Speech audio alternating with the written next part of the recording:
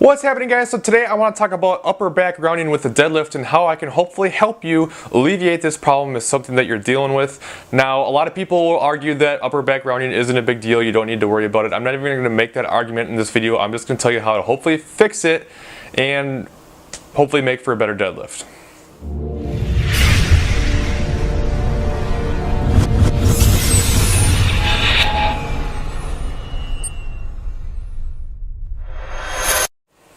Okay, right off the back, why do a lot of people have a problem with upper back rounding? What is happening to make this happen?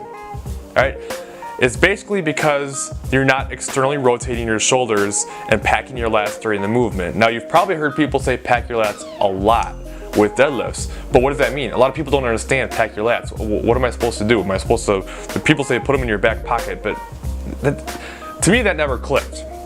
And basically what pack your lats means is, a better way to almost think about it would be like protect your armpits, or one of the things Lane said to me once, which I thought was brilliant, was if somebody was going to come in and tickle your armpits, what would you do? You know, you'd protect them real quick, protect your armpits. That's packing your lats, and that's going to be giving you that external rotation of the shoulders here.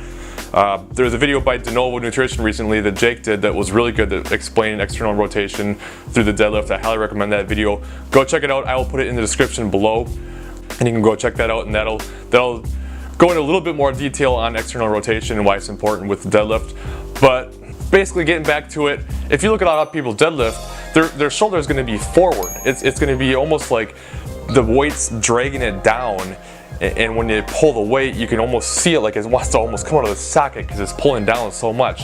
And if you pack your lats properly, and if you use that external rotation and pack your lats properly, that's going to straighten out your spine, and it's going to keep things tight, and it's going to keep that from happening. But you have to hold that position throughout the lift or it's not going to work. But if you do this, you're going to be a lot more tight, you're going to be a lot stronger, you're going to have a lot more force on the lift, and it's just going to make for an overall better lift. Not only stronger, but safer as well.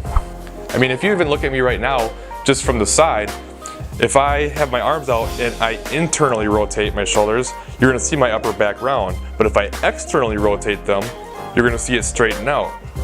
And if you can get that packed in there, it's going to keep your back nice and neutral, it's going to keep it strong, and it's going to be a way better lift for you.